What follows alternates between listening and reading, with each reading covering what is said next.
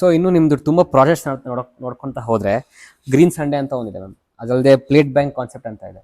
So Ananth Kumar sir ಅವರು ಅವಾಗ ಒಂದು 1:1 ರೇಷಿಯೋ ಆಗಬೇಕು, ಯಾವಾಗ ತುಂಬ ಗಾರ್ಬೇಜ್ ಸಿಟಿ ಅಂತ ಒಂದು ಕೂಗ್ ಬರ್ತಿರುವಾಗ ಬೆಂಗಳೂರು ನೋಡಿದಾಗ, ಅವಾಗ 2015 ಸರ್ ಒಂದು ಹೇಳಿಕೆ ಕೊಟ್ಟಿದ್ರು 1:1 ಆಗಬೇಕು ಅಂತ. ಸೊ ಅದ್ರ ಬಗ್ಗೆ ಇನ್ನೂ ಸ್ವಲ್ಪ ಇನ್ಫಾರ್ಮೇಷನ್ ಕೊಡೋದಾದ್ರೆ ಏನದು ಗ್ರೀನ್ ಸಂಡೇ ಪ್ರಾಜೆಕ್ಟ್. ಆ್ಯಂಡ್ ನಾನು ಸಹ ಬರ್ತಿರುವಾಗ ಪ್ರತಿ ಸಂಡೇ ನೋಡುವಾಗ ಪ್ರತಿ ಸಂಡೇ ಕೂಡ ಆ ಒಂದು ಜೋಶ್ ಇರುತ್ತೆ, ಆ ಒಂದು ಬಿಸಿಲಲ್ಲೂ ಸಹ ತುಂಬ ಯಂಗ್ಸ್ಟರ್ಸ್ ಬರ್ತಾರೆ. ನೀವು ಪ್ರತಿ ಸಂಡೇ ಬರ್ತೀರಾ. ಸೊ ಆ ಒಂದು 481st ಗ್ರೀನ್ ಸಂಡೇ ಕೂಡ ಆಗಿದೆ. ಸೊ ಅದು ಹೇಗೆ ನಡೀತಿದೆ ಮ್ಯಾಮ್ ಪ್ರತಿ ವರ್ಷ ಪ್ರತಿ ಸಂಡೇ ಆ ಒಂದು ಜೋಶಲ್ಲಿ ಆ ಒಂದು ಗಿಡ ನೆಡುವಂಥ ಕಾರ್ಯಕ್ರಮ ಇದೆಯಲ್ಲ, ಅದು ಯಾವ ರೀತಿ ಕಾನ್ಸೆಪ್ಟ್ ಹೇಗೆ ಶುರುವಾಯಿತು ಆ್ಯಂಡ್ ಆಲ್ಸೋ 1:1 ಕಾನ್ಸೆಪ್ಟ್ ಏನು? ಈ ರೆಗ್ಯುಲರ್ ಆಗಿ ಮಾಡುವಂಥದ್ದು ಅದು ಅನಂತ್ ಕುಮಾರ್ ಅವರ ಸ್ವಭಾವದಲ್ಲೂ ಇತ್ತು. ನಿರಂತರತೆಯನ್ನು ಮಾಡ್ಕೊಳ್ಳೋದು ಮತ್ತೊಂದು ಆ ಒಂದು ಉತ್ಸಾಹವನ್ನು ನಿರಂತರವಾಗಿ ಇಟ್ಕೊಂಡ್ರೆ ಮಾತ್ರ ಸೇವಾ ಸಂಸ್ಥೆಗಳ ಕೆಲಸ ಮಾಡಕ್ಕೆ ಸಾಧ್ಯ. ಅವರು 8ನೇ ವಯಸ್ಸಿಂದಲೇ ದಿನ ಭಗವದ್ಗೀತೆ ಓದೋದು ಶುರು ಮಾಡಿದ್ರೆ ಕೊನೆಯ ದಿನದವರೆಗೆ ಪ್ರತಿದಿನ 5 ಶ್ಲೋಕ ಹೇಳಿದೆ. ಹಂಗೆ ಅದೊಂದು ಜೀವನದ ಒಂದು ಭಾಗ ಆಗಬೇಕು, ಓನ್ ಮಾಡ್ಕೊಳ್ಬೇಕು. ಇನ್ನು 1:1 ಬಂದಾಗ ಒಬ್ಬ ಲೋಕಸಭಾ ಸದಸ್ಯರಾಗಿ, ಒಬ್ಬ ಜನಪ್ರತಿನಿಧಿಯಾಗಿ ಒಂದು ಕಡೆ ಕಸ ಕಡಿಮೆ ಆಗಬೇಕು, ಬೆಂಗಳೂರಿನಲ್ಲಿ ಏರ್ ಪೊಲ್ಯೂಷನ್ ಕಡಿಮೆ ಆಗಬೇಕು, ಗಿಡಗಳ ಸಂಖ್ಯೆ ಬೆಳಿಬೇಕು, ಇದೆಲ್ಲನೂ ಥಿಯರಿ ಗೊತ್ತಿದೆ, ಗೊತ್ತಿಲ್ಲದೆ ಇರೋದೇನಿಲ್ಲ.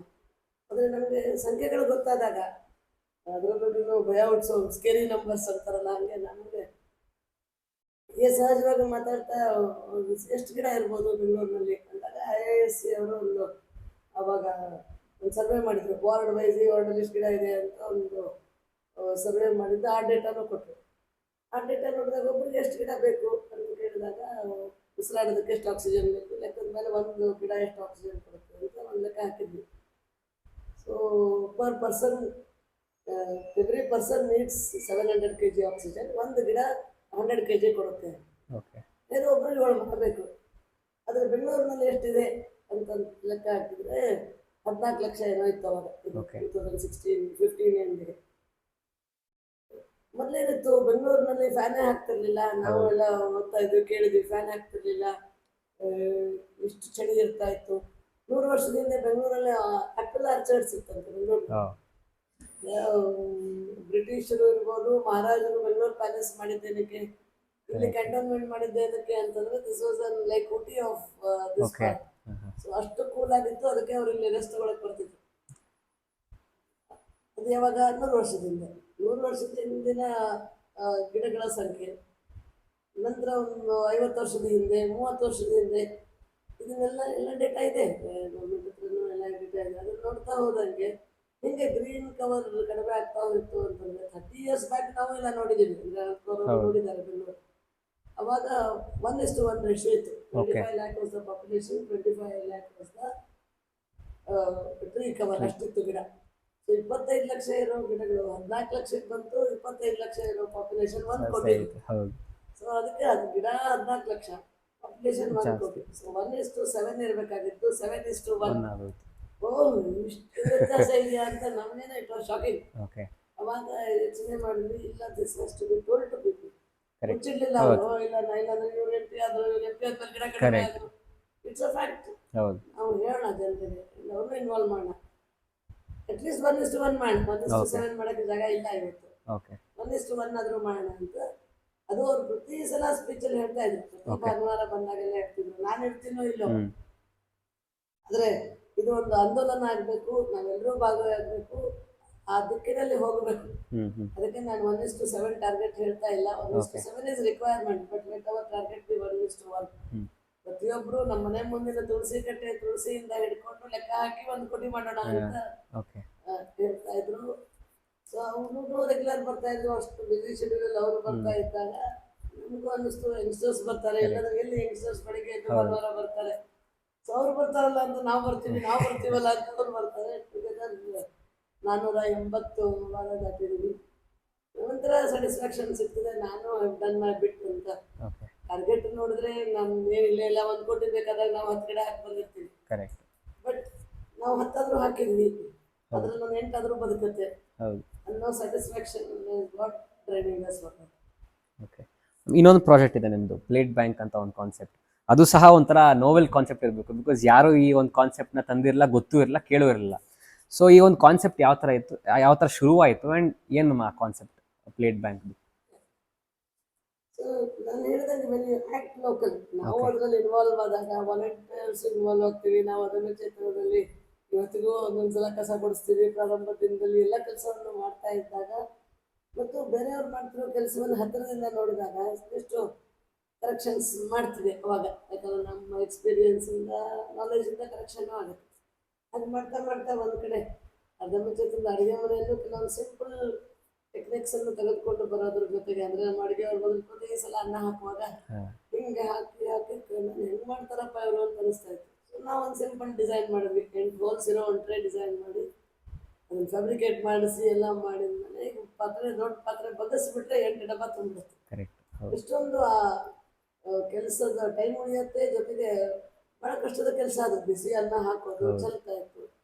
ಹಿಂಗೆ ನಾವು ಮಾಡ್ತಿರೋ ಕೆಲಸವನ್ನು ಕ್ಲೋಸ್ ಆ್ಯಂಗಲಲ್ಲಿ ಅಬ್ಸರ್ವ್ ಮಾಡಿದಾಗ ಅಡುಗೆ ಮನೆಯನ್ನು ಕಸರಹಿತ ಮಾಡಿದ್ವಿ. ನಾವು ಜೀರೋ ಗಾರ್ಬೇಜ್ ಮಾಡಿದ್ವಿ. ಅಡುಗೆ ಮನೆ ಜೀರೋ ಗಾರ್ಬೇಜ್. ಆದರೆ ಕಾರ್ಯಕ್ರಮಗಳಲ್ಲಿ ಹೋಗಿ ನೋಡಿದ್ರೆ ಪೇಪರ್ ಪ್ಲೇಟು ಇಲ್ಲ, ಅಡಿಕೆ ಹಾಳೆ, ಯೂಸ್ ಆ್ಯಂಡ್ ಥ್ರೋನೆ, ಲೋಟ, ಪೇಪರ್ ಗ್ಲಾಸ್. ಇಕೋ ಫ್ರೆಂಡ್ಲಿ ಅನ್ನೋದು ಪೇಪರ್ ಗ್ಲಾಸ್, ಪ್ಲಾಸ್ಟಿಕ್ ಸ್ಪೂನ್, ಇಲ್ಲ ಮೇಲ್ಗಡೆ ಸ್ಟೀಲ್ ಕವರ್ ಆಗಿರೋ ಪ್ಲಾಸ್ಟಿಕ್ ಸ್ಪೂನ್. ನೋಡೋಕ್ಕೆ ಸ್ಟೀಲ್ ಕಾಣಿಸುತ್ತೆ, ಅದನ್ನು ಬಿಸಾಕೋದು. ಪೇಪರ್ ನ್ಯಾಪ್ಕಿನ್ಗಳು, ಪೇಪರ್ ಟೇಬಲ್ ಮೇಲೆ ಇವತ್ತು ಕಾಣಿಸುತ್ತೆ. ಯಾವ ಫಂಕ್ಷನ್ ಹೋದ್ರು ಪೇಪರ್ ಬೀಡಾ ಸಹ ಪ್ಲಾಸ್ಟಿಕ್ ಕವರಲ್ಲಿ ಬರುತ್ತೆ. ಒಬ್ಬರು ಊಟ ಮಾಡಿದ್ರೆ, ನಾವು ಅಮೆರಿಕಕ್ಕೆ ಹೋದಾಗೆಲ್ಲ ಅವಾಗ 90s ನಾವು ಬಂದಾಗೆಲ್ಲ ಒಂದು ಲೋಟ ಕಾಫಿ ಕುಡಿದ್ರೆ ಎಷ್ಟು ಕಸ ಆಗತ್ತೆ ಅಂತ ಇದ್ವಿ. ಇವತ್ತು ನಾವು ಮದುವೆ ಮನೆಯಲ್ಲಿ ಒಂದು ಊಟಕ್ಕೆ ಒಂದು ಬಳೆ ಎಲೆ ಅವೆಲ್ಲ ಮೊಸರಿಂದ ಹಿಡ್ಕೊಂಡು ಎಲ್ಲ ಪ್ಲಾಸ್ಟಿಕ್ ಹಾಕೊಂಡು ಬರ್ತದೆ. ಇವತ್ತು ಹಂಗೆ ಕಸ ಆಗುತ್ತೆ. ಇದಕ್ಕೇನೊಂದು ಆಲ್ಟರ್ನೇಟ್ ತೆಗಿಯೋಕ್ಕಾಗಲ್ವಾ?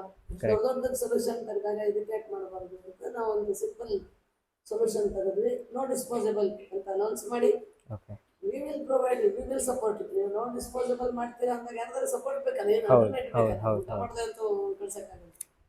ನಾವು ಅದಕ್ಕೊಂದು ಬ್ಯಾಂಕ್ ಮಾಡ್ತೀವಿ, ಉಪಯೋಗಿಸಿ ತಂದ್ಕೊಡಿ, ಮತ್ತೊಬ್ರು ಉಪಯೋಗಿಸ್ಲಿ. ಒಂದು ತಟ್ಟೆಯನ್ನು 100 ಜನ, 1000 ಜನ ಉಪಯೋಗಿಸ್ಬೋದು. ಸೊ ಈ ಕನ್ಸೆಪ್ಟ್ ಅಂತಂದ್ರೆ ಪರ್ಪಸ್ಲಿ ನಾವು ಚಾರ್ಜ್ ಮಾಡಲಿಲ್ಲ. ಸ್ವಲ್ಪ ಖರ್ಚಾಗತ್ತೆ, ಆದರೆ ಇದು ಒಂದು ರೀತಿಯ ಸೇವೆ ಅಂತಲೇ ನೋಡಿ. ಸೇವೆ ಅಂದರೆ ಮಕ್ಕಳಿಗೆ ನೋಟ್ಬುಕ್ ಕೊಟ್ಬಿಡೋದು, ಊಟ ಕೊಡೋದು ಅಷ್ಟೇ ಅಲ್ಲ.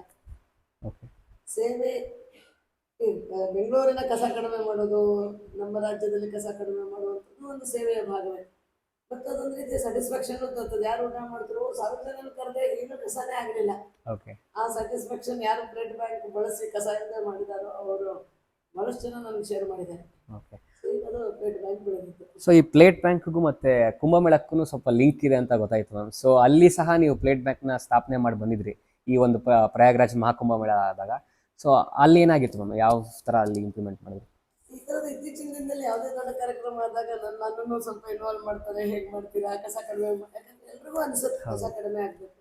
ಅದು ಕುಂಭಮೇಳದಲ್ಲಿ 50 ಕೋಟಿ ಜನ ಸೇರ್ತಾರೆ ಅಂತಂದಾಗ ಖಂಡಿತವಾಗಿಯೂ ಇಷ್ಟು ಜನ ಊಟ ಮಾಡ್ತಾರೆ, ಟೀ ಕುಡಿತಾರೆ, ಏನು ಮಾಡ್ಬೋದು ಅಂತ ಅವರ ಒಂದು ಆಯೋಜನಾ ಸಮಿತಿಯವರು, ವಿಶೇಷವಾಗಿ RSSನ ಪರಿಸರ ಗತಿವಿಧಿ ವಿಭಾಗದಿಂದ 2-3 ಸಭೆ ಕರೆದಿದ್ರು. ಏನೇನೋ ಪರ್ಯಾಯಗಳನ್ನು ಮಾಡ್ಬೋದು ಅಂದಾಗ ನಾವೆಲ್ಲರೂ ಸೇರಿ ಒಂದು ಸಲಹೆ ಬಂತು.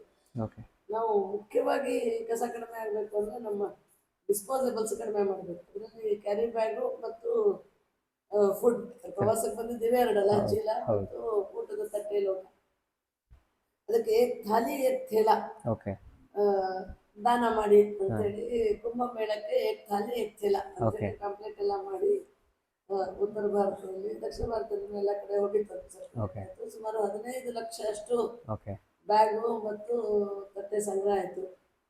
ಅಂದರೆ ಒಂದೇ ಕಾರ್ಯಕ್ರಮ ಆದರೆ ನಾವೇನು ಕೊಡ್ತೀವಿ, ಒಬ್ಬರು 2, ಅಲ್ಲಿ ಇಡೀ ಊರೂರೇ ಕಾರ್ಯಕ್ರಮ ನಡೀತಾ ಇದ್ದಾಗ ಕೋಟ್ಯಾಂತರ ಜನ ಬಂದಾಗ ಕೊಟ್ಟು ತಗೊಳ್ಳೋದೆಲ್ಲ ಆಗಲ್ಲ. ಅಂದರೆ ಎಲ್ಲೆಲ್ಲಿ ಈಗ 2000 ಜನಕ್ಕೆ ಅಡುಗೆ ಮಾಡ್ತಾರೆ, 20-40 ದಿನ ಅಲ್ಲೇ ಇರ್ತಾರೆ ಅಖಾಡಗಳು. ಒಂದು ಸೆಕ್ಯೂರಿಟಿ ಫೋರ್ಸಸ್ 2 ಲಕ್ಷ ಸೆಕ್ಯೂರಿಟಿ ಅವರು ಇದ್ದಾರೆ. ಅವ್ರಿಗೆಲ್ಲರೂ ಟೆಂಟ್ಗಳಿದ್ದಾವೆ, ಅಲ್ಲಲ್ಲಿ ತಟ್ಟೆಗಳನ್ನು ಕೊಡೋ ವ್ಯವಸ್ಥೆ ಮಾಡ್ತೀವಿ. ಜನ ಕೊಟ್ಟಿರೋ ತಟ್ಟೆನೇ ಅದನ್ನು ಕೊಡೋ ಆ ಒಂದು ಸಮಿತಿಯಲ್ಲಿ ಇದ್ದಿದ್ದರಿಂದ ನನಗೂ ಅದನ್ನು ಕೊಡೋ ದಿನ ಕರೆದಿದ್ರು. ನಾನು ಅಲ್ಲಿ ಹೋಗಿ ಕೊಟ್ಟಿದ್ದೆ. ಎಷ್ಟೋ 1000 kg ಎಷ್ಟೋ ಕಸ ಖಂಡಿತ ಇದರಿಂದ ಕಡಿಮೆನೂ ಆಗಿದೆ.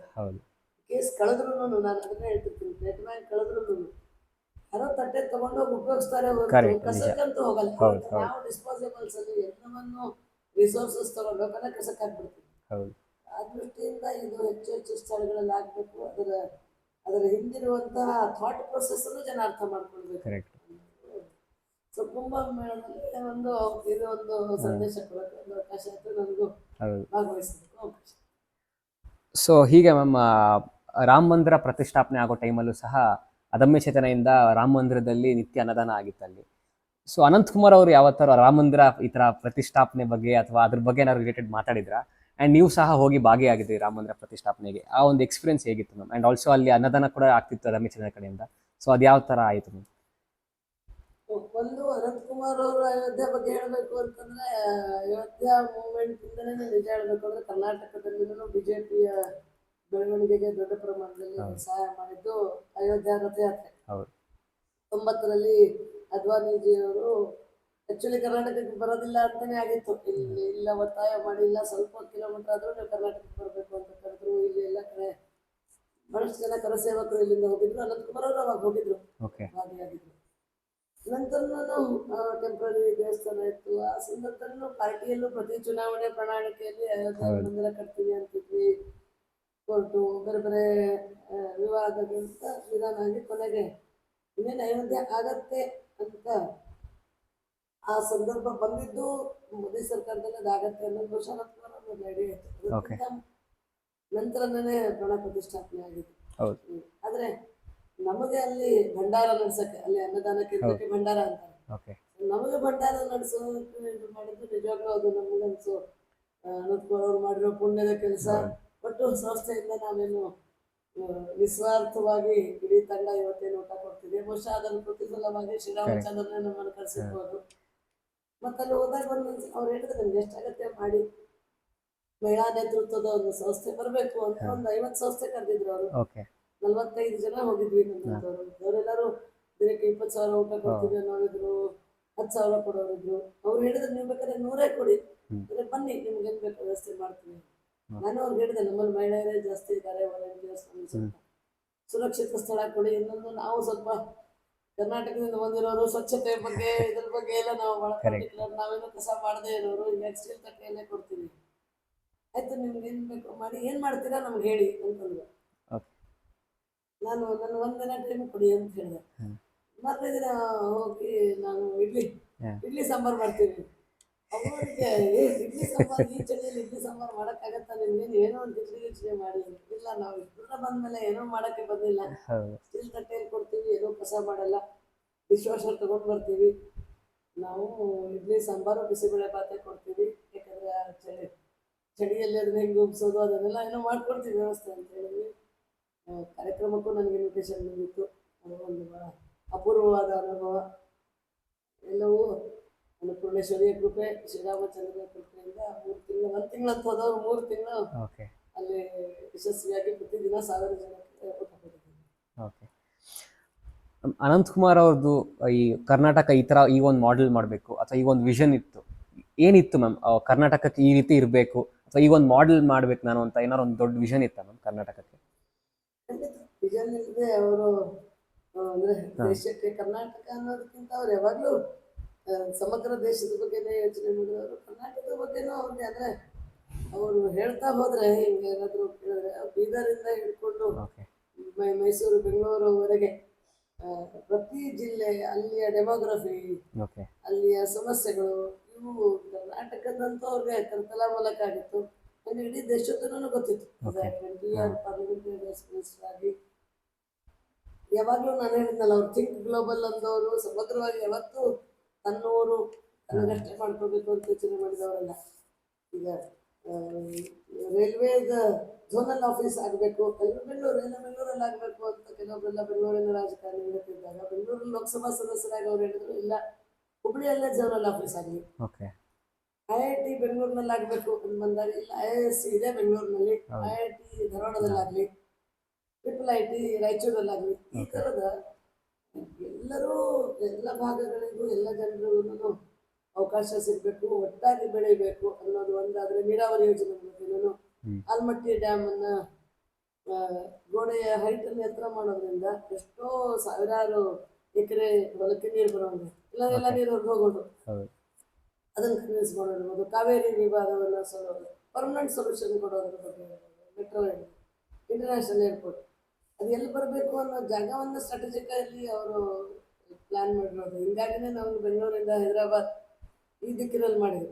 ಇನ್ನೊಬ್ರು ಸಣ್ಣ ಯೋಚನೆ ಮಾಡೋದು, ಇನ್ನೊಂದೆಲ್ಲೋ ಒಂದು ಮೂಲೆಯಲ್ಲಿ ಮಾಡೋದು, ತನ್ನ ಕ್ಷೇತ್ರ ಹೌದು ತನಗೆ ಹೆಲ್ಪ್ ಆಗಲಿ, ರೇಟ್ ಬೆಳೀಲಿ ಅಂತಲೂ ಕೆಲವೊಬ್ರು ಯೋಚನೆ ಕರೆಕ್ಟ್ ಮಾಡ್ತಾರೆ. ಕರೆಕ್ಟ್ ಆದ್ರೆ ಯಾವತ್ತೂ ಅನಂತಕುಮಾರ್ ಅವರು ಆ ಥರ ತನ್ನ ಕ್ಷೇತ್ರ, ತನ್ನ ಮನೆ, ತನಗೇನೋ ಆಗಲಿ, ನನ್ನೇನೋ ನನ್ನ ಫ್ರೆಂಡ್ಸ್ಗೆ ಹೆಲ್ಪ್ ಆಗಲಿ ಅಂತ ಯೋಚನೆ ಮಾಡಿದವರು.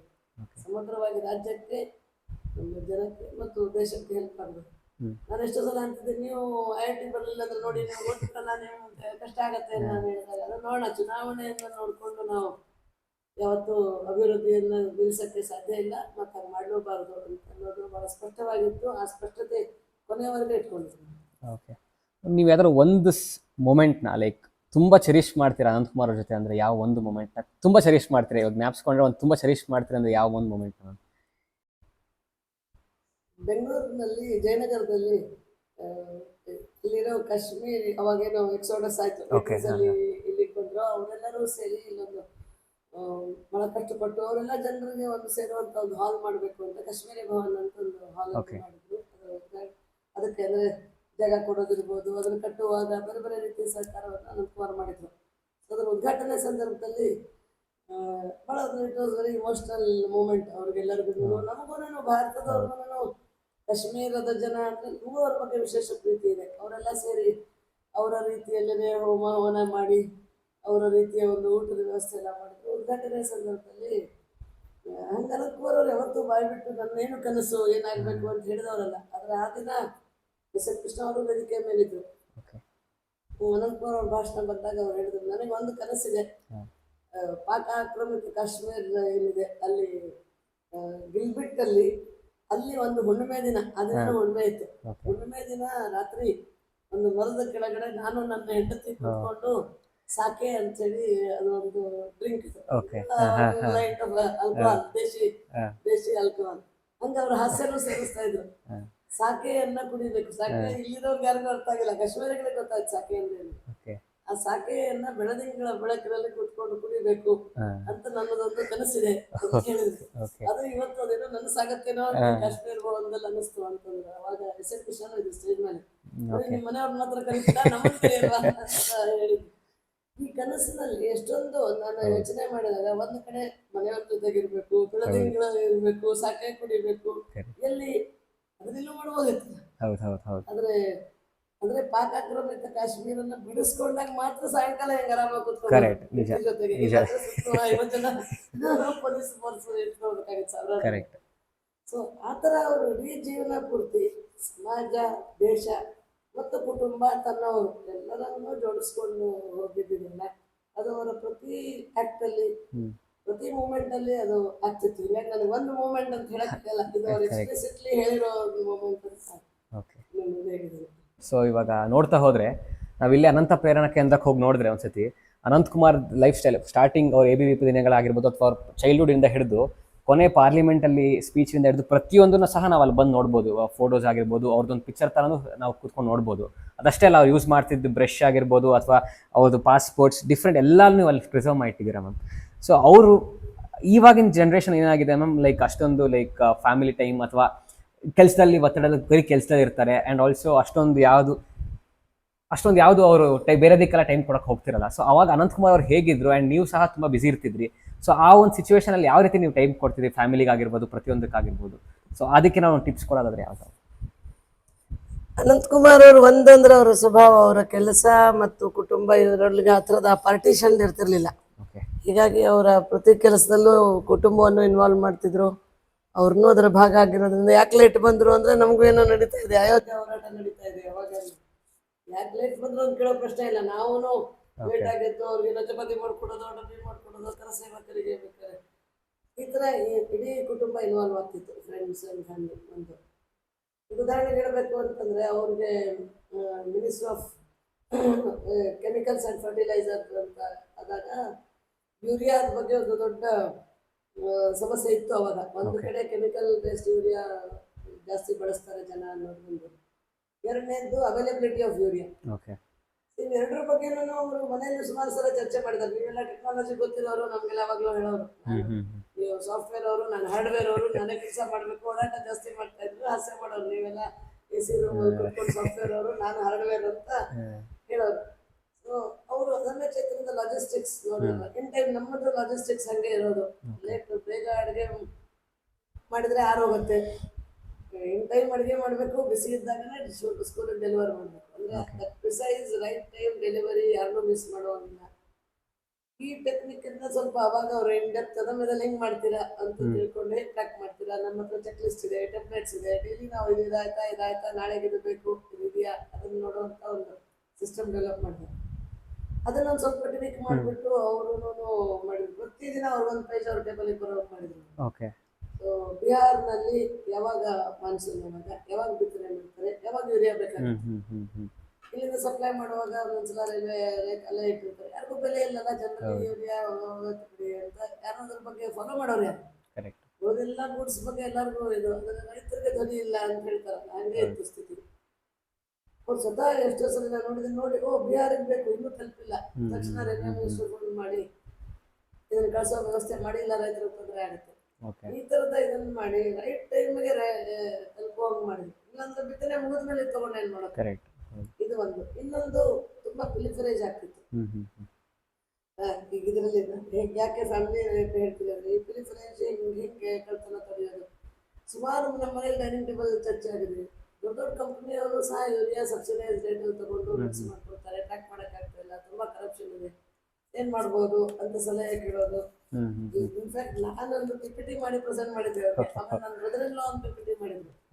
ಸೊ ಅಂದ್ರೆ ಅವರ ಕೆಲಸದಲ್ಲಿ ನಾವು ಕುಟುಂಬವು ಸಹಭಾಗಿ ಆಗ್ತಿತ್ತು. ಅದರಿಂದಾಗಿ ನಮಗೆ ಅವರು ಟೈಮ್ ಕೊಡ್ತಿಲ್ಲ ಅನ್ನಿಸ್ತಿರಲಿಲ್ಲ. ಮತ್ತು ಅವರು ಕ್ವಾಲಿಟಿ ಟೈಮ್ ಸಮಯ ಸಿಕ್ಕಾಗೆಲ್ಲ ಪ್ಲಾನ್ ಮಾಡಿಕೊಂಡು ಯಾವುದೇ ಕೆಲಸ ಅವ್ರು ಕಾಟಾಚಾರಕ್ಕೆ ಮಾಡ್ತಿರ್ಲಿಲ್ಲ. ಮನೆಗೆ ಟೈಮ್ ಕೊಡಬೇಕು, ಅದಕ್ಕೆ ಸುಮ್ಮನೆ ಮನೆಗೆ ಬಂದು ಕೂತ್ಬಿಟ್ರೆ ಆಯಿತು ಅಂತಲ್ಲ. Use to involve. ನಾವು ಪ್ರತಿಯೊಬ್ಬರು ಏನು ಮಾಡ್ತಿದ್ದಾರೆ, ಸ್ವಲ್ಪ ಯಾವ್ದಾರ ಮುಖದಲ್ಲಿ ಸ್ವಲ್ಪ ಏನಾದರೂ ವ್ಯತ್ಯಾಸ ಅನಿಸಿದ್ರು ಅವ್ರಿಗೆ ಗೊತ್ತಾಗೋದು. ಆ ಥರ ಅಂದರೆ ವರ್ಕ್ ಫ್ಯಾಮಿಲಿ ಟುಗೆದರ್. ನಾನು ಭಾಳ ಸಲ ಅವ್ರು ಕೇಳ್ತಿದ್ದೀನಿ, ನೀವು ಹೆಂಗೆ ಎಲ್ಲ MP ಗಳ ಹೆಸರು ಬಿಟ್ಕೊಳ್ತೀವಿ, ಅದರಲ್ಲೂ ಈ ನಾರ್ತ್ ಈಸ್ಟ್ ಹೆಸರುಗಳನ್ನು ಬರೋದೇ ಇಲ್ಲ ಬಾಯಲ್ಲಿ. ನೀವು ಎಲ್ಲರ ಹೆಸರುಗಳು ಅವ್ರ ತಂದೆ ಹೆಸರು ಹೇಳೋರು. ಅವಾಗ ಒಂದು ಕೇಳಿದ್ರು, ನಿಮ್ಗೆ 10 ಜನ ಅಂಕಲ್ ಇದ್ರೆ ಅವ್ರ ಹೆಸರು ನಾನು ನೆನ್ಪಿಟ್ಕೊಳ್ತಿರ್ಲಿಲ್ವಾ? Look at them as family members ಅಂತ. ಆ ಥರದ ಒಂದು ಅಫೆಕ್ಷನ್ ಅವರು ಕೆಲಸ ಮತ್ತು ಮನೆ ಮತ್ತು ಫ್ರೆಂಡ್ಸ್ ಎಲ್ಲರೊಳಗೂ ಇದ್ದಿದ್ದರಿಂದಲೇ ವ್ಯಾಲ್ಯೂ ಟೈಮ್ ಕೊಡೋಕ್ಕಾಯ್ತು. ಇನ್ನು ಈ ಪ್ರೇರಣಾ ಕೇಂದ್ರ ನಾವು ಮಾಡಿದ್ದಕ್ಕೆ ಅನಂತಕುಮಾರ್ ಕಲ್ಚರ್ ಮಿನಿಸ್ಟರ್ ಮ್ಯೂಸಿಯಮ್ಸ್ ಎಲ್ಲ ಬರ್ತಾರೆ ಭಾರತದ್ದು. ನನಗೂ ABVP ದಿನದಿಂದನೇ ದೇಶಕ್ಕೆ ಕೊಡುಗೆ ಕೊಟ್ಟವರು ಪರಿಚಯ, ಅಂದರೆ ಅವ್ರ ಬಗ್ಗೆ ಓದ್ತಿದ್ವಿ, ಕೇಳ್ತಿದ್ವಿ. ಅನಂತಕುಮಾರ್ ಅವರು ಮನೆಯಲ್ಲಿ ಸುಮಾರು ಮಾತಾಡ್ತಾ ಇದ್ರು, ಸ್ಪೀಚ್ಗಳಲ್ಲಿ ಹೇಳೋರು. ನಾವು ಒಂದ್ಸಲ ಸೆಪ್ಟೆಂಬರ್ 15 ನಾನೊಂದು ಇಂಜಿನಿಯರಿಂಗ್ ಕಾಲೇಜ್ ನಡೆಸ್ತಾ ಇದ್ದೆ. ಅವಾಗ ಸೆಪ್ಟೆಂಬರ್ 15 ಇಂಜಿನಿಯರ್ಸ್ ಡೇ. ವಿಶ್ವೇಶ್ವರಯ್ಯ ಅವ್ರ ಬಗ್ಗೆ ಮಾತಾಡೋರು ಯಾರೂ ಸಿಗಲಿಲ್ಲ. ಅದರಿಂದ ಅನಂತಕುಮಾರ್ ಅವರು ಊರಿಂದ ಬಂದಿದ್ರು. ಅಂದರೆ ಎಲ್ಲರೂ ಸ್ಪೀಚ್ ಮಾಡೋರು ಸಿಕ್ಕಿಲ್ಲ, ಅನೌನ್ಸ್ ಮಾಡಿಬಿಟ್ಟಿದ್ವಿ, ಯಾರೋ ಬರೋರಿದ್ರು, ಬರಲಿಲ್ಲ, ಏನು ಮಾಡೋದು, ನೀವು ಮಾತಾಡ್ತೀರಾ ಅಂತ. ಆಯಿತು ಮಾತಾಡ್ತಿದ್ದೆ ಅಂದರು. ಜಸ್ಟ್ ಹಾಫ್ ಆನ್ ಅವರ್ ಮೊದಲೇ ಹೇಳಿದ್ದು, 45 minutes ಇನ್ ಇಂಗ್ಲೀಷ್. ಇಡೀ ವಿಶ್ವೇಶ್ವರಯ್ಯ ಅವ್ರ ಬಗ್ಗೆ ವಿರೋಧಗಳವಾಗಿ ಮಾತಾಡಿದ್ರು. ಅವಾಗ ನನಗೆ ವಿಶ್ವೇಶ್ವರಯ್ಯ ಬಗ್ಗೆ ಜೀವನನೂ ನಮಗೂ ಪೂರ್ತಿ ಗೊತ್ತಿರಲಿಲ್ಲ. ಆಮೇಲೆ ನಾನು ಅವ್ರ ಮ್ಯೂಸಿಯಂ ನೋಡ್ಕೊಂಡು ಬಂದೆ ಬುದ್ಧೇನಹಳ್ಳಿ. ಮಹಾತ್ಮ ಗಾಂಧಿ ಮ್ಯೂಸಿಯಂ ನೋಡಿದ್ವಿ, ನೆಹರು ನೋಡಿದ್ವಿ. ಸರ್ಕಾರಗಳು ಒಂದಷ್ಟು ಮ್ಯೂಸಿಯಂ ಮಾಡ್ತವೆ, ಅದನ್ನು ನೋಡಿ ಭಾಳ ಜನ ಪ್ರೇರಣೆ ಪಡಿತಾರೆ. ನಾವು ಕೂಡ ಅನಂತಕುಮಾರ್ ಅವರ ಜೀವನ ಇವ್ರಿಗೆಲ್ಲರಿಗಿಂತ ಏನು ಕಡಿಮೆ ಇಲ್ಲ. ನಾವು ಅದನ್ನೆಲ್ಲ ನೋಡಿದ್ದೀವಿ, ಅವರ ಸಾಧನೆಗಳು. ಅವರು ಭಗವಂತ ಸಮಯ ಕೊಟ್ಟಿದ್ರೆ ಅವ್ರಿಗೂ ಒಂದಿನ ಪ್ರಧಾನಮಂತ್ರಿಗಳಾಗ್ತಿದ್ರು, ರಾಷ್ಟ್ರಪತಿಗಳು ಆಗ್ತಿದ್ರು, ಮತ್ತು ದೇಶಕ್ಕೆ ದೊಡ್ಡ ಬದಲಾವಣೆಯನ್ನು ಕಾಲದಲ್ಲಿ ತರ್ತಿದ್ರು.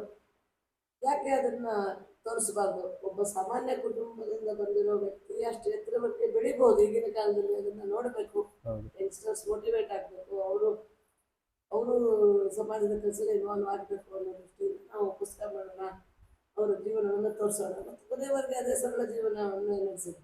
ಅವ್ರು ತಿಳ್ಕೊಂಡಾಗ ಅವ್ರ ಹೆಸರಲ್ಲಿ ಏನು ಆಸ್ತಿ ಇತ್ತು?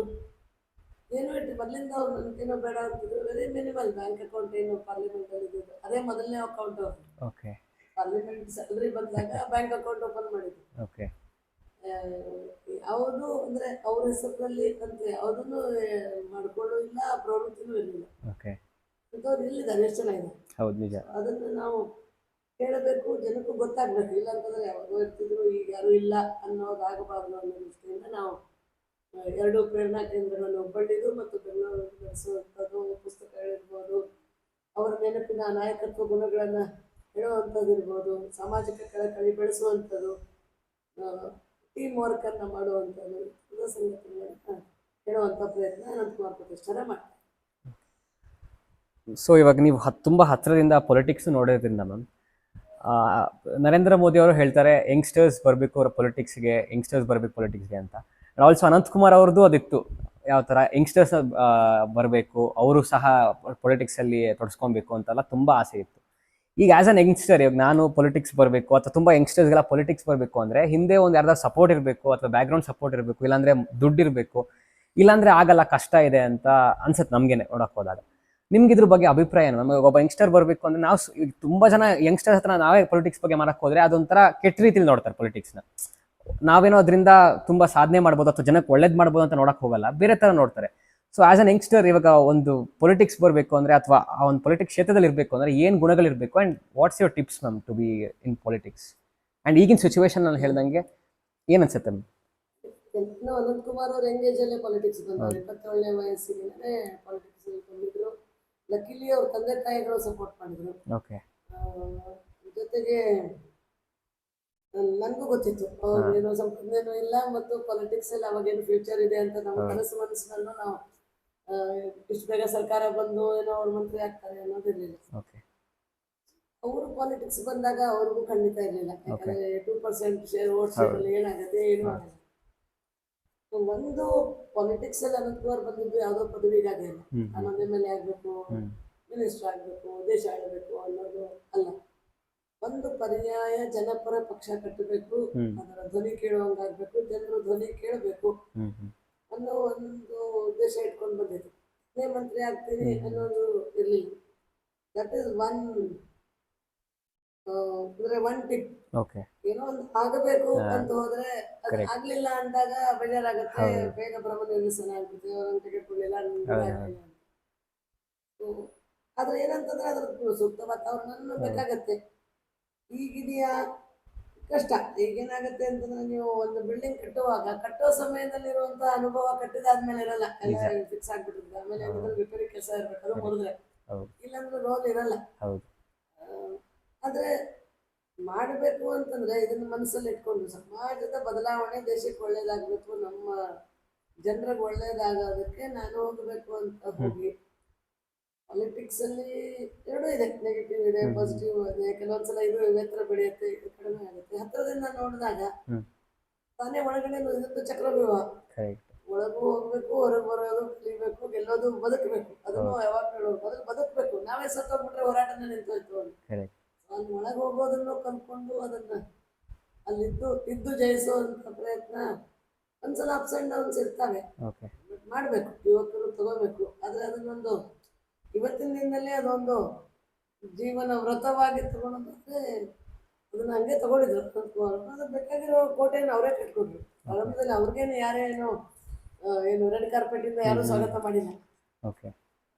ಮಾಡ್ತಾ ಮಾಡ್ತಾ ತನ್ನ ಕೆಲಸವನ್ನ ಮಾಡ್ತಾ I will be useful for him ಅಂತ ಅನ್ಸಿದಾಗ ಪಾರ್ಟಿನೂ ಕರೆಯುತ್ತೆ ಯಾವಾಗಲೂ. ಅದಕ್ಕೆ how I can be useful for the party, for the people ಅನ್ನೋದನ್ನ ನಾವೇ ಹುಡುಕಿ ಮಾಡ್ತಾ ಹೋದಂಗೆ ಕಷ್ಟ ಇದೆ, ಮೋಸ್ಟ್ ಡಿಫಿಕಲ್ಟ್. ಯಾಕಂದ್ರೆ ಬೇರೆ ಎಲ್ಲ ಫೀಲ್ಡ್ ಅಲ್ಲಿ ಪಾಲಿಟಿಕ್ಸ್ ಇದೆ ಅಂತಾರೆ, ಪಾಲಿಟಿಕ್ಸ್ ಅಲ್ಲಿ ಅಂತೂ ಇನ್ನೂ ಡಿಫಿಕಲ್ಟ್. ಬಟ್ ಅದನ್ನ ಕಲಿತು ಅದನ್ನ ಮಾಡಿದ್ರೆ ರಿಸಲ್ಟ್ ಸಿಗುತ್ತೆ, ಇವತ್ತಿಗೂ ಸಿಗುತ್ತೆ ಅಂತ ನನಗನ್ಸುತ್ತೆ. ಓಕೆ. ಸೊ ನೀವಿಷ್ಟು ತುಂಬ ದೊಡ್ಡ ಪರ್ಸನಾಲಿಟೀಸ್ ಜೊತೆ ಎಲ್ಲ ವರ್ಕ್ ಮಾಡಿದ್ದಾರೆ ತುಂಬ ಹತ್ತಿರದಿಂದ. ಸೊ ನಾನು ಒಂದಿಷ್ಟು ನೇಮ್ಸ್ ಹೇಳ್ತಾ ಹೋಗ್ತೀನಿ ನಮ್ಮ ಅವ್ರ ಜೊತೆ ಹೇಗಿತ್ತು ಎಕ್ಸ್ಪೀರಿಯನ್ಸ್ ಅಂತ ಹೇಳ್ಕೊಂಡು. ಫಸ್ಟ್ ಅಬ್ದುಲ್ ಕಲಾಂ ಅವ್ರ ಜೊತೆ ಹೇಗಿತ್ತು ನನ್ನ ಎಕ್ಸ್ಪೀರಿಯನ್ಸ್? ಅಬ್ದುಲ್ ಕಲಾಂ ಅವರು, ನಾನು ಸೈಂಟಿಸ್ಟ್ ಇದ್ದಾಗ ಭಾಳ ಜೂನಿಯರ್ ಲೆವೆಲಲ್ಲಿ ಇದ್ದೆ, ಅವರು ಡೈರೆಕ್ಟರ್ ಜನರಲ್ ಆಗಿದ್ರು. ಅವ್ರ ಬಗ್ಗೆ ಎಲ್ಲರೂ ಹೇಳ್ತಾ ಇದ್ರು. ಅವರು ಡೆಲ್ಲಿಯಲ್ಲಿ ಇರ್ತಿದ್ರು, ಸೈಂಟಿಫಿಕ್ ಅಡ್ವೈಸರ್ ರಕ್ಷಾ ಮಂತ್ರಿ, SARM ಅಂತ. ಅವ್ರು ಬಂದ್ರು ರಾತ್ರಿ 2 ಗಂಟೆಗೆ ಬರೋರು ಅವರು. ನಾನು ಇಲ್ಲಿ ತನಕ ಇವತ್ತಿಗೂ ಕೇಳಿಲ್ಲ ಯಾವ್ದಾದ್ರು ಈ ಥರದ ಒಂದು ಸರ್ಕಾರಿ ಕಚೇರಿಯಲ್ಲಿ ಅಥವಾ ಲ್ಯಾಬಲ್ಲಿ ಮಿಡ್-ನೈಟ್ 2 o'clock ಬಂದು ಟಿಪ್ಸ್ ಕೊಟ್ಟು ಹೋಗುವಂಥದ್ದು. ನಾನು ಒಂದ್ಸಲ ಹೋಗಿದ್ದೆ, ಜನರಲಿ ನಮ್ಮ ಮಕ್ಕಳು ಚಿಕ್ಕವರಿದ್ರು, ನನಗೆ ಮಿಡ್-ನೈಟ್ ಹೋಗೋದು ದೂರನೂ ಇತ್ತು, ನಮ್ಮ ಮನೆಗೆ ಹೋಗಿದ್ದು ಕಡಿಮೆ. ಬಟ್ ಎಲ್ಲರೂ ಹೇಳ್ತಾ ಇದ್ರು. ಹಂಗೆ ಅವಾಗ ಕೇಳಿದ್ದಷ್ಟೇನೆ, ಅವ್ರದ್ದು ಏನು ಕೊಡಿಸ್ಕೊಟ್ರು, ಇದು ಹೇಳಿದ್ರು, ಏನು ಕೆಲಸ ಮಾಡ್ತಾರೆ ಅವರು 24/7. ನಂತರ ನಮ್ಮ ಅದಮ್ಯ ಚಕ್ರದ ಒಂದು ಕಾರ್ಯಕ್ರಮಕ್ಕೆ ಅವ್ರು ಕರೆದಿದ್ವಿ. ಸೊ ಅದು ಬಹಳ ವಿಶೇಷವಾಗಿತ್ತು. Very very meticulous. ಪ್ರತಿಯೊಂದು ಪಕ್ಕಾ ಪ್ಲಾನಿಂಗ್ ಆಗಬೇಕು. ಒಂದು 10-15 ಕಮ್ಯುನಿಕೇಶನ್ ನಮ್ದು ಬಂದಿತ್ತು. ಓಕೆ ಮಕ್ಕಳೇ ಪ್ರಶ್ನೆ ಕೇಳಬೇಕು, ಮಕ್ಕಳನ್ನ ನೀವೇ ಪ್ರಶ್ನೆ ಕೊಡಬಾರ್ದು, ಮಕ್ಕಳ ಒರಿಜಿನಲ್ ಪ್ರಶ್ನೆಗಳಿರಬೇಕು. ಆ ಪ್ರಶ್ನೆಗಳನ್ನ ಭಾಷಾಂತರ ಮಾಡಿ ಕೊಡಬೇಕು. ಗೌರ್ಮೆಂಟ್ ಸ್ಕೂಲ್ ಮಕ್ಕಳೇ ಇರಬೇಕು, ಖಾಸಗಿ ಶಾಲೆ ಬೇಡ, ಓಕೆ ಹಿಂಗೆಲ್ಲ ಹೇಳಿದ್ವಿ. ಎಲ್ಲ ವಯಸ್ಸಿನವರು ಹಿಂಗೆಲ್ಲ. ಅದು ಇನ್ನೊಂದು ಹಿಂಗೆ ಅದೆಲ್ಲ ನಾವು ಪ್ರಿಪೇರ್ ಮಾಡಿದ್ವಿ. ನಮಗೂ ಇದು ವಾಸ್ ಎಕ್ಸೈಟಿಂಗ್. ಅವರ ಒಂದು ಎಷ್ಟು ಡೀಟೇಲ್ ಮಾಹಿತಿ. ಸರ್ಕಾರಿ ಶಾಲೆ ಮಕ್ಕಳಿಗೆ ಒಂದು ಭಾಷಣ ಮಾಡೋದೇನು, ಬಂದು ಮಾತಾಡಿ ಹೋಗ್ತಾರೆ ಅಂತಲ್ಲ, ಪ್ರತಿಯೊಂದು ಅವ್ರಿಗೆ ಆ ಮಕ್ಕಳಿಗೆ ಏನು ಬೇಕು ಅನ್ನೋದು ನನಗೆ ಗೊತ್ತಾಗಬೇಕು ಅಂತೇಳಿ ಓಕೆ ಅದೆಲ್ಲ ಪ್ರಿಪೇರ್ ಮಾಡಿದ್ವಿ. ಅವರು ಪ್ರೆಸೆಂಟೇಷನ್ ಮಾಡ್ಕೊಂಡ್ ಬಂದಿದ್ರು, ಪ್ರಿಪೇರ್ ಮಾಡ್ಕೊಂಡ್ ಬಂದಿದ್ರು ಆ ಪ್ರಶ್ನೆಗಳಿಗೆ ಉತ್ತರವನ್ನು ಕೊಡ್ಲಿಕ್ಕೆ. ಓಕೆ ಅದಾಯ್ತು. ನಮಗೂ ಬಹಳ ಟೈಮ್ ಕಡಿಮೆ ಇತ್ತು. ಅವ್ರು ಏನ್ ತಗೊಳ್ತಾರೆ ಅಂತ ನಾವು ಕೇಳಲಿಲ್ಲ. ಕಾಫಿ ಕೊಡೋದ, ಕಾಫಿ ಕುಡಿತಾರ, ವಿತ್ ಶುಗರ, ವಿದೌಟ್ ಶುಗರ. ಅವಾಗ ವಿಕಿಪೀಡಿಯಾ ಎಲ್ಲ ಇರಲಿಲ್ಲ. ಅವ್ರು ಡಯಾಬಿಟಿಸ್ ಇದೆಯೋ ಇಲ್ಲ ಎಲ್ಲ ಗೊತ್ತಿರಲಿಲ್ಲ ನಮಗೆ. 2007 ಜನವರಿ ಇದು ಕಾರ್ಯಕ್ರಮ. ನಾವು ಯೋಚನೆ ಮಾಡಿದ್ವಿ ಮಿನಿಮಮ್ ಟೈಮ್ ಇರ್ತದೆ. ಒಂದು ದೊಡ್ಡ ಟ್ರೇ ಅಲ್ಲಿ ನಾವು ಕಾಫಿ, ಅದು ಸ್ಟೀಲ್ ಕಪ್ಪಲ್ಲಿ. ಇವತ್ತಿಗೂ ನಾನು ಅದನ್ನ ಜಾರಿಯಲ್ಲಿದೆ. ಕಾಫಿ ಆದ್ರೆ ಸ್ಟೀಲ್ ಕಪ್ಪು, ಕೆಳಗಡೆ ತಮಿಳ್ನಾಡು ಸ್ಟೈಲ್, ಕೆಳಗಡೆ ಒಂದು ಬೌಲ್.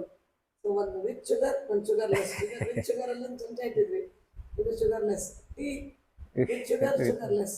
ಮಜ್ಜಿಗೆ, ಎಳ್ನೀರು, ಒಂದೇ ಟ್ರೇ ಹಿಂಗೆ ತಗೊಂಡೋದ್ವಿ.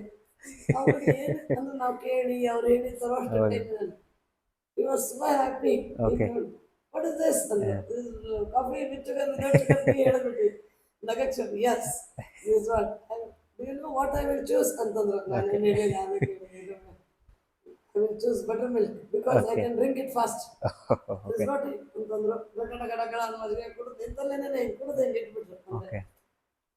ಅಂದ್ರೆ ಅಷ್ಟು ಟೈಮ್ ಕಾನ್ಶಿಯಸ್ ಇದ್ರು. ನಮಗೂ ವಿ ಆಲ್ಸೋ ಎಂಜಾಯ್ಡ್. ಆ ಥರದ ನಮಗೆ ಚಾಲೆಂಜಸ್ ಕೊಟ್ಟಾಗ ನಮಗೂ ಅದನ್ನ ಅದೇ ಥರ ನಾವು ನಿರ್ವಹಣೆ ಮಾಡುವಂಥದ್ದು. ಈ ವಾಸ್ ಕ್ವೈಟ್ ಹ್ಯಾಪಿ. ಕಾರ್ಯಕ್ರಮ ಹೋಗುವಾಗ ಮಕ್ಕಳಿಗೆ 2 ಸೆಕೆಂಡ್ ಮಕ್ಕಳೆಲ್ಲ ಮಾಡ್ತಾರಲ್ಲ, ಸೆಕೆಂಡ್ ಮಾಡಕ್ ಬಂದಾಗ ಅವ್ರಿಗೆ ಕೈ ಹಿಂಗ್ ಮೇಲೆ ಮಾಡ್ತಿದ್ರು. ಅವರು ಕೊಡ್ಲಿಕ್ಕೆ ಆಗ್ತಿರ್ಲಿಲ್ಲ. ಅಂದ್ರೆ ಆ ಲೈವ್ಲಿನೆಸ್ ಅಂತ ಗಡಿಬಿಡಿಯಲ್ಲೂ ಆ ಸೀನಿಯರ್ ಲೆವೆಲ್ ಅಲ್ಲೂ ಮೇಂಟೈನ್ ಮಾಡಿದ್ದು ಹತ್ತಿರದಿಂದ ನೋಡಕ್ ಸಿಕ್ತು. ಇನ್ನು ವಾಜಪೇಯಿ ಅವ್ರಿಗೆ ನಾನು ಈಗ 2-3 ಸಲ ಅನಂತಕುಮಾರ್ ಅವ್ರ ಜೊತೆಗೆ ಅವ್ರ ಮನೆಗೆ ಹೋಗಿದ್ದು. ಅನಂತಕುಮಾರ್ ಅವ್ರು ಏನೋ ಕೆಲಸದ ಮಾತಾಡ್ತಾ ಇದ್ರು, ನಾವು ಸುಮ್ಮನೆ ಕೂತ್ಕೊಂಡು ಒಂದಿಷ್ಟು ಅರ್ಥ ಆಗೋದು, ಅರ್ಥ ಆಗ್ತಿರಲಿಲ್ಲ. ಆದರೆ ಯಾವಾಗ ಬೆಂಗಳೂರಿನಲ್ಲಿ ಅವರು ನಾನು ಯಾವ ಪ್ರಾಜೆಕ್ಟಲ್ಲಿ ಕೆಲಸ ಮಾಡ್ತಿದ್ನೋ, ರಿಸೈನ್ ಮಾಡಿದ್ದೆ ನಾನು. 97 ರಿಸೈನ್ ಮಾಡಿದೆ. 99 ನೇಮಿಂಗ್ ಸೆರೆಮನಿ ಇತ್ತು. ಆಕ್ಚುಲಿ ನನಗೂ ಇನ್ವಿಟೇಷನ್ ಬಂದಿತ್ತು. ಅನಂತಕುಮಾರ್ ಅವರು ಮಿನಿಸ್ಟರ್ ಇದ್ರು, ವಾಜಪೇಯಿ ಪ್ರೈಮ್ ಮಿನಿಸ್ಟರ್ ಬರ್ತಾ ಇದ್ದಾರೆ. ನಾನು ಹೋಗೋದಕ್ಕೆಲ್ಲ ರೆಡಿ ಆಗಿದ್ದೆ. ಅವರು ಏರ್ಪೋರ್ಟಿಂದ ಬರೋ ಅನಂತಕುಮಾರ್ ಅವರು ಏರ್ಪೋರ್ಟ್ ರಿಸೀವ್ ಮಾಡಿ ಬರುವಾಗ ನನಗೆ ಅಲ್ಲಿ ಅವ್ರ ಫೋನ್ ಬಂತು. ತಕ್ಷಣ ಕುಮಾರ ಕೃಪಾಗ್ ಬಾ ಅಂತಂದ್ರು. ಏನು ನೀನು ಬಾ, ನೀನು ರೆಡಿ ಆಗಿ ಬಾ, ಅಲ್ಲಿಂದ ಮುಂದೆ ಕಾರ್ಯಕ್ರಮಕ್ಕೆ ಹೋಗೋದು. ನಾನು ತಕ್ಷಣ ಹೋದೆ. ಅಷ್ಟೆಲ್ಲ ಕುಮಾರ ಕೃಪಾ ಗೆಸ್ಟ್ ಹೌಸ್ ಹೋದಾಗ ನಾವು 3 ಜನ ಸಣ್ಣ ರೌಂಡ್ ಟೇಬಲಲ್ಲಿ ಕೂತ್ಕೊಂಡ್ವಿ. ತಿಂಡಿ ಎಲ್ಲ ಬಂತು. ಸ್ವಲ್ಪ ಹೆಚ್ಚು ಮಾತಾಡ್ತಾ ಇರಲಿಲ್ಲ. ಕೇಳಿದ್ರು ಕ್ಯಾ ನಾಮ್ ರಖಾ ಜಾಯ್ ಅಂತಂದ್ರು. ನನ್ನಂತೂ ಇನ್ನು ಅವಾಗ ನಮ್ಗೆ ಅವ್ರ ಮುಂದಲ್ಲಿ ಕೂತಿದ್ದೆ ಕೈ ಕಾಲು ನಡಕ್ತಾ ಇತ್ತು. ತಕ್ಷಣ ಅನಂತಕುಮಾರ್ ಅವ್ರ ಪಕ್ಕದಲ್ಲಿ ಇದ್ದಿದ್ದು आपका मैंडेट है सर, क्या रख रहे हैं ಅಂತ ಅವಾಗ ಲಕ್ ಹೇಳಿದ್ರು. ಆ ಪಾದ ಏನಾ ಅಂತಂದ್ರು. ಅದೇ ಅಲ್ಲೇ ಹೇಳ್ತೀನಿ ನನ್ನ ಹತ್ರ ಹೇಳಿ ಲಕ್ ಮುಗೀತು ಅಷ್ಟೇ. ನಾವು ಕಾರ್ಯಕ್ರಮಕ್ಕೆ ಹೋದ್ವಿ. ನಾನು ಅವ್ರಂದ್ರೆ ಅದೇ ಅವ್ರೆಲ್ಲ ಪ್ರವೇಶಿಸೋದು ಇನ್ನೊಂದು 5-6 ಅವ್ರು ಆ ಟೀಮಲ್ಲಿ ಬಂದಿದ್ದಕ್ಕೆ ನನ್ನ ಫ್ರೆಂಡ್ಸ್ ಎಲ್ಲ, ನನ್ನ ಕಲೀಗ್ಸ್ ಎಲ್ಲ ಅಲ್ಲಿ ಅಬ್ದುಲ್ ಕಲಾಂ ಅವರು ಇದ್ರು. ಅವರು ಆಡಿಯನ್ಸ್ ಅಲ್ಲಿ ಇದ್ರು. ಈಗಾಗಲೇ ಅವ್ರು ತಯಾರಾಗಿದ್ರು. ಅವರು ಈ ಕಡೆ ಇದ್ರು. ಸೊ ನನ್ನ ಪಕ್ಕದಲ್ಲೇ ಕೂತಿದ್ರು, ನಮ್ಮ ಮುಂದಿನ ಸಾಲಲ್ಲೇ ಕೂತಿದ್ರು. ಅವರು ನನ್ನ ಕೇಳಿದ್ರು ಏನೇನು ಹೇಳ್ತಾ ಇದ್ದಾರೆ. ವಾಜಪೇಯಿ ಅವರು ಒಂದೇನಂದ್ರೆ ಮೊದಲೇ ಎಲ್ಲ ಇಟ್ಟು ಬೇರೆ ಇದನ್ನು ತೋರಿಸಿಲ್ಲ, ಆಮೇಲೆ ಎಲ್ಲ ಬರ್ಕೊಳ್ಳಿ ನೀವು ಸ್ಪೀಚಲ್ಲೇ ಅನೌನ್ಸ್ ಮಾಡ್ತಾರೆ. ನಾನು ಹೇಳಿದೆ ನನಗೂ ಗೊತ್ತಿಲ್ಲ ಅಂತ. ಇಲ್ಲ ಹೇಳಿಲ್ವಾ ಅಂತಂದ್ರು. ಕೇಳಿದ್ದೆ. ನನಗೆ ಮಾತಾಡುವಾಗ ಸ್ಪೀಚಲ್ಲೇ ಅನಂತಕುಮಾರ್ ಗೊತ್ತಿಲ್ಲ, ಯಾರಿಗೂ ಗೊತ್ತಿಲ್ಲ. ಜಾರ್ಜ್ ಫರ್ನಾಂಡಿಸ್ ಇದ್ರು ಅವರು ಡಿಫೆನ್ಸ್ ಮಿನಿಸ್ಟರ್. ಅಲ್ಲಿಂದ ಅವರು ತೇಜಸ್ ಅಂತ ಹೇಳಿದ್ರು. ನನ್ನ ಹಿಂದಿದ್ದವರೆಲ್ಲ ನೀನು ಅವ್ರ ಜೊತೆ ಬ್ರೇಕ್ಫಾಸ್ಟ್ ಹೋಗಿದೆಯಾ ಅಂತೇಳಿ ಇಟ್ ವಾಸ್ ವೆರಿ ಎಕ್ಸೈಟ್ಮೆಂಟ್. ನನಗೂ ಜಸ್ಟ್ ಕೋಇನ್ಸೈಡೆಡ್. ನನಗಿಂತ ಭಾಳ ಜನ ಸೀನಿಯರ್ ಇದ್ರು. ನಾವು 420 ಜನ. When I joined, ನಂದು 422. ಓಕೆ, ಹಾ ಹಾ ಹಾ. ನಂಬರ್ ಅದರಲ್ಲಿ ಒಂದು 10-15 ಜನ ಬಿಟ್ಟು ಹೋಗಿದ್ರು ಅಷ್ಟೇ. ಉಳಿದಂತೆ ಆಲ್ಮೋಸ್ಟ್ ಒಂದು 450 ಸೈಂಟಿಸ್ಟ್ ಟೀಮ್ ಅದು. ಓಕೆ. ನಾನೆನ್ಸಿ EF ಎಲ್ಲ ಇದ್ರು. But it coincided with my name. ನಾನು ಅದೇ ಕಾಂಟ್ರಿಬ್ಯೂಟೆಡ್ ಸಮಥಿಂಗ್ ಅಂದ್ರೆ ಕರೆಕ್ಟ್. ಇಲ್ಲ ಅಂತ ಕ್ವೈಟ್ ಅದೇ ಸ್ಯಾಟಿಸ್ಫೈಡ್. ಮ್ಯಾಮ್, ಈ ಏರೋ ಇಂಡಿಯಾ ಶೋಗೆ ಹೋದಾಗ ನಾವು ನೋಡಿದ್ವಿ ತೇಜಸ್ ಅಂತ. ಸೊ ಅದ್ರ ನೇಮ್ ಹೆಂಗ್ ಬಂತು ಅಂತ ಇವತ್ತು ಗೊತ್ತಾಯ್ತಾಗಿದೆ. ಅವ್ರಿಗೂ ನೆನಪಾಗಿರ್ಬೋದು, ಹೌದು. ಅದ್ರ ಹೆಸರು ಹೇಳೋಣ ಅಂತ ಅವ್ರಿಗೆ ರೀಕನ್ಫರ್ಮ್ ಮಾಡ್ಕೊಂಡು. ಓಕೆ. ಮೂರನೇದ್ದು ನರೇಂದ್ರ ಮೋದಿಜಿ ಅವರು. ನರೇಂದ್ರ ಮೋದಿ ಅವರ ಜೊತೆಗೆ ನಮ್ಗೆ ಒಮ್ಮೆಗೆ ಹೊಸದು ಅಂತಲ್ಲ. ಓಕೆ. ಯಾಕಂದ್ರೆ ನರೇಂದ್ರ ಮೋದಿ ಅವರು ಅನಂತ್ ಕುಮಾರ್ ಅವರು 1993 ಅಂದ್ರೆ ನಮ್ಮ ಮದುವೆ 3-4 ವರ್ಷಕ್ಕೆ ಒಂದು ವಿದೇಶ ಪ್ರವಾಸಕ್ಕೆ ಹೋಗಿದ್ರು ಫಾರ್ 50 days. ಓಕೆ. 8 ಜನದ ಟೀಮ್.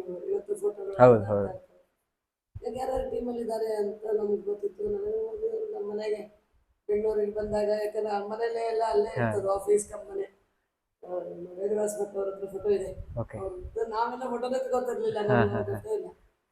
ಹೀಗಾಗಿ ಪರಿಚಯ ಇತ್ತು. ಅವರು 2014 ಚುನಾವಣೆ ಪ್ರಚಾರಕ್ಕೆ ಬೆಂಗಳೂರಿಗೆ ಬಂದಾಗ ಅಷ್ಟೊತ್ತಿಗೆ ಅವರು ಸಿಕ್ಕಾಪಟ್ಟೆ ರಶ್ ಇತ್ತು. ಆದ್ರೂ ಭಾಷಣ ಮುಗಿದ್ಮೇಲೆ ನಾನು ಹಿಂದೆ ಅವ್ರ ಕಾರ್ಯ ಇರೋ ಕಡೆ ಅಂತ ಅವ್ರು ಹೇಳಿದ್ರು, ಮುಗಿದ್ಮೇಲೆ ಬನ್ನಿ ನಾನು ಮಾತಾಡ್ಸಂತ ಹೋಗಿ.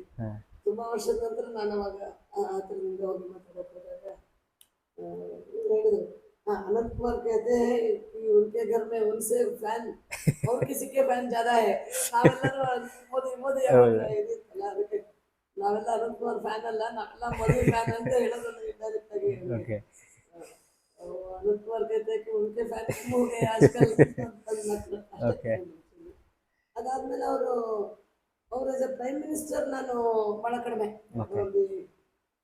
ಟೀ ಪಾರ್ಟಿ ರಾಷ್ಟ್ರಪತಿ ಭವನದಲ್ಲಿ ಅದಷ್ಟೇ ದೂರದಿಂದ ನಮಸ್ಕಾರ ಅಂದ್ಬಿಟ್ರೆ ಕೆಲಸನೂ ಇಲ್ಲ, ನಾವು ಅವ್ರ ಹತ್ರ ಹೋಗಿಲ್ಲ. ನಂತರ ಅನಂತಕುಮಾರ್ ಅವರು ಹುಷಾರಿಲ್ದಾಗ ಒಂದ್ಸಲ ಅವ್ರ ಫ್ರೆಂಡ್ಸ್ ಎಲ್ಲ ಫೋನಲ್ಲಿ ಮಾತಾಡಿದ್ರು. 1-2 ಸಲ ಅಲ್ಲ, 5-6 ಸಲ ಅಮೆರಿಕಾದಲ್ಲಿದ್ದಾಗ ಮಾತ್ರ ಫೋನಲ್ಲಿ ಅನಂತಕುಮಾರ್ ಮಾತಾಡಿದ್ಮೇಲೆ ನನಗೂ ಪ್ರತಿ ಸಲ ಮಾತಾಡೋರು, ಹೇಗೆ ನಡೀತಾರೆ ಟ್ರೀಟ್ಮೆಂಟ್ ಅಂತ. ಆಮೇಲೆ ತಿಳ್ಕೊಂಡು ಅವಾಗ ಇಲ್ಲಿ ಮನೆಗೆ ಬಂದಾಗನೂ ಒಂದಿಷ್ಟು ಎಲ್ಲರೂ ಇದ್ದು ಅವಾಗ ಒಂದಿಷ್ಟು ಮಾತಾಡೋದು ಅಂತೆಲ್ಲ ಅವ್ರು ಭೇಟಿಯಾಗಕ್ಕೆ ಹೋದಾಗ ಮಾತ್ರ कितने लाख बच्चों को खाना जा रहा है ಪ್ರತಿ ಸಲ ಕೇಳ್ತೀನಿ. ಅವಾಗ ನಾನು ಪ್ಲೇಟ್ ಬ್ಯಾಂಕ್ ಬಗ್ಗೆ ಹೇಳಿದ್ದೆ ಅವ್ರಿಗೆ 2018 ಅಲ್ಲಿ. ಊಟದ ಜೊತೆಗೆ ಇದು ಪ್ರಾಜೆಕ್ಟ್ ಅಷ್ಟೊಂದು ಪಿಕಪ್ ಆಗ್ತಾ ಇದೆ. ಮುಂದಿನ ಭೇಟಿಯಲ್ಲಿ ಬರ್ತನ್ ವಾಲ ಕೈಸಾ ಚಲ್ ರಹಾ ಹೈ ಅಂತಂದ್ರು. ಬರ್ತನ್ ಅಂದ್ರೆ ಹಿಂದಿಯಲ್ಲಿ ಪಾತ್ರೆಗಳು. ಸೊ ಅವ್ರು ಪಾತ್ರೆ ಪಗಡ ಕೊಡ್ತೀವಿ ಅನ್ಕೊಂಡಿದ್ರು. ನಾನು ಹೇಳಿದೆ ಬರ್ತನ್ ಪ್ಲೇಟ್ ದೇತಿ ಅಂತ. ಅವರು ಎಷ್ಟು ಮಕ್ಕಳು ಊಟ ಅದ್ರ ಬಗ್ಗೆ ಎಲ್ಲನೂ ಇಟ್ಕೊಂಡಿರ್ತಾರೆ. ಅವರು ಬಹಳ ಅಂದ್ರೆ ಡೀಟೇಲಿಂಗ್ಗೆ ಹೋಗ್ತಾರೆ. ನೀವು ರಜದಲ್ಲಿ ನಿಮ್ಗೆ ಇದು ಬರಲ್ಲ, ಫಂಡ್ಸ್ ಬರಲ್ಲ, ಅವಾಗ ಸಂಬಳ ಕೊಡ್ತೀರಾ ಸ್ಟಾಫ್ಗೆ ಅಂತ ಪ್ರಶ್ನೆ ಕೇಳಿದ್ರು. ಅಂದ್ರೆ ಒಬ್ಬ ಪ್ರಧಾನಮಂತ್ರಿಗಳು ಜನ್ಮಚೇತನದ ಅಡುಗೆಯವರ ಸಂಬಳದ ಬಗ್ಗೆ ಯೋಚನೆ ಹೇಗೆ ಮಾಡ್ತಾರೆ, ಅದಕ್ಕೆ ವ್ಯವಸ್ಥೆ ಮಾಡ್ಕೊಳ್ತೀರಾ ನೀವು, ಹೇಗೆ ಮಾಡ್ಕೊಳ್ತೀರಾ ಅನ್ನೋವರೆಗೆ ಆ ಡೀಟೇಲ್ಸ್ ಅನ್ನ ಕೇಳುವಷ್ಟು ಅವ್ರಿಗೂ ಕಳಕಳಿ ಇದೆ. ಇದು ನಂತರ ಇತ್ತೀಚಿನ ದಿನದಲ್ಲಿ ನಾನು ಭೇಟಿಯಾದಾಗ ನನ್ನ ಮೊಮ್ಮಗ ಎಲ್ಲ ಕರ್ಕೊಂಡು ಹೋಗಿ, ನನ್ನ ಮಗಳು ಅಳಿಯ ಮೊಮ್ಮಗನ ಕರ್ಕೊಂಡು ಹೋಗಿ ಕಿವಿ ಅದನ್ನ ಮಾತಾಡಿದ್ದು, ಹಂಗಾಗಿ ಚಾಕ್ಲೇಟ್ ಕೊಟ್ಟಿದ್ದು. ಅವಾಗ ನನಗೆ ಕೇಳಿದ್ರು, ನಿಮ್ಗೆ ನೀವು ಸೈಂಟಿಸ್ಟು ಇದ್ರಿ, ಇಂಜಿನಿಯರಿಂಗ್ ಓದಿದಿರಲ್ವಾ, ಮತ್ತೆ ಸೈಂಟಿಸ್ಟು ಇದ್ರಲ್ವಾ, ಕಾಮ್ ದೇದಂಗೆ ಆ್ಯಪ್ ಅಂತಂದ್ರು. ಅದಾದ್ಮೇಲೆ ನಾನೀಗ Indian institute of engineering science and technology, science ಇದೆ, ಇಂಜಿನಿಯರಿಂಗ್ ಇದೆ. ಒಂದು ತಿಂಗಳಿಗೆ ನನಗೆ ಆ ಪತ್ರ ಬಂತು. ಇದು ಬಹುಶಃ ಕೋಇನ್ಸಿಡೆನ್ಸ್ ಅಲ್ಲ ಅಂತ ನಾನು ಕೊಡ್ತೀನಿ. ಇದು ಒಂದೇ ಸಂಸ್ಥೆಗೆ 2 ಇರೋದು. ಉಳಿದವು IIT ಇದೆ, IISc ಇದೆ. ಅದೇ ಸ್ಟ್ಯಾಚ್ಯೂಟ್ ಅಲ್ಲಿ ಇರೋದು ನಮ್ದು ಒಂದೇ 2 ಇರೋದು, IIEST engineering and science. Correct. So ma'am, ಕೊನೆಗೆ ಬರೋದಾದ್ರೆ ನಿಮ್ಮ ಫ್ಯೂಚರ್ ಪ್ರಾಜೆಕ್ಟ್ಸ್ ಏನೇನಿದೆ ಮತ್ತು ಫ್ಯೂಚರ್ ವಿಷನ್ ಏನು ಮ್ಯಾಮ್ ಮುಂದಿನ ದಿನಗಳಲ್ಲಿ? ಫ್ಯೂಚರ್ ಪ್ರಾಜೆಕ್ಟ್ಸ್ ಅಂತ ಬಹಳ ದೊಡ್ಡ ಪ್ರಾಜೆಕ್ಟ್ ಮಾಡಬಾರ್ದು ಅಂತ ಅನ್ಕೊಳ್ತಾ ಇರ್ತೀವಿ.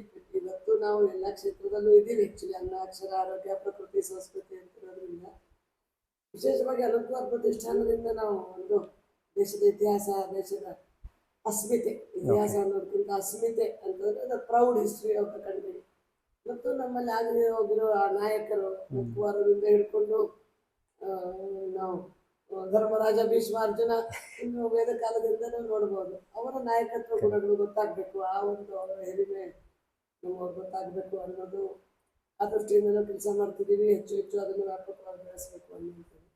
ಬ್ಲಡ್ ಬ್ಯಾಂಕು ಅದು ಎಲ್ಲ ನಗರಗಳಲ್ಲಿ ಎಲ್ಲ ಊರುಗಳಿಗೂ ತಲುಪುವ ದೃಷ್ಟಿಯಿಂದ ನಾವೊಬ್ಬರೇ ಮಾಡಬೇಕಂತಿಲ್ಲ. ಹೆಚ್ಚು ಹೆಚ್ಚು ಜನ ಈ ಕಸರಹಿತ ಅಡುಗೆ ಮನೆ, ಕಸ ಇಲ್ಲದೆ ಕಾರ್ಯಕ್ರಮ ಮಾಡೋದ್ರಲ್ಲಿ ಜೋಡಿಸ್ಕೊಳ್ಳೋದಕ್ಕೆ ಬೇಕಾಗಿರುವಂಥ ಪರಿಕರಗಳನ್ನು ಜೋಡಿಸ್ತಾ ಇದ್ದೀವಿ. ಕಳೆದ 1 ವರ್ಷದಲ್ಲಿ ನಾವು ನಿತ್ಯ ಅನ್ನದಾನ ಅನ್ನೋ ಪ್ರಾಜೆಕ್ಟನ್ನು ಗಟ್ಟಿ ಮಾಡ್ತಾ ಇದ್ದೀವಿ.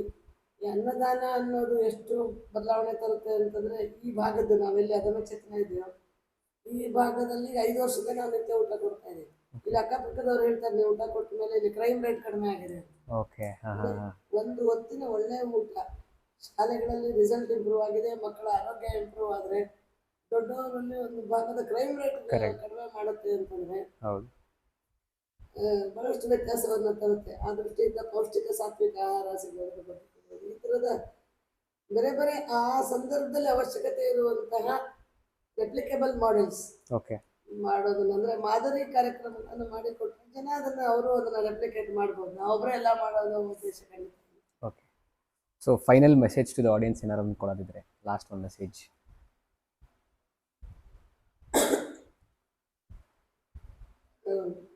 ಮೆಸೇಜ್ ಏನು ಅಂತಂದರೆ, ಇವತ್ತು ಅಷ್ಟು ವಿಷಯಗಳು ಗೊತ್ತಿದೆ, ಇನ್ಫಾರ್ಮೇಷನ್ ಏನೋ ಕಡಿಮೆ ಇಲ್ಲ, ಡೇಟಾ ಕಡಿಮೆ ಇಲ್ಲ, ಡೇಟಾ ಅನಾಲಿಸಿಸ್ಗೂ ಬೇಕಾದಷ್ಟು ಟೂಲ್ಸ್ ಬಂದಿದೆ.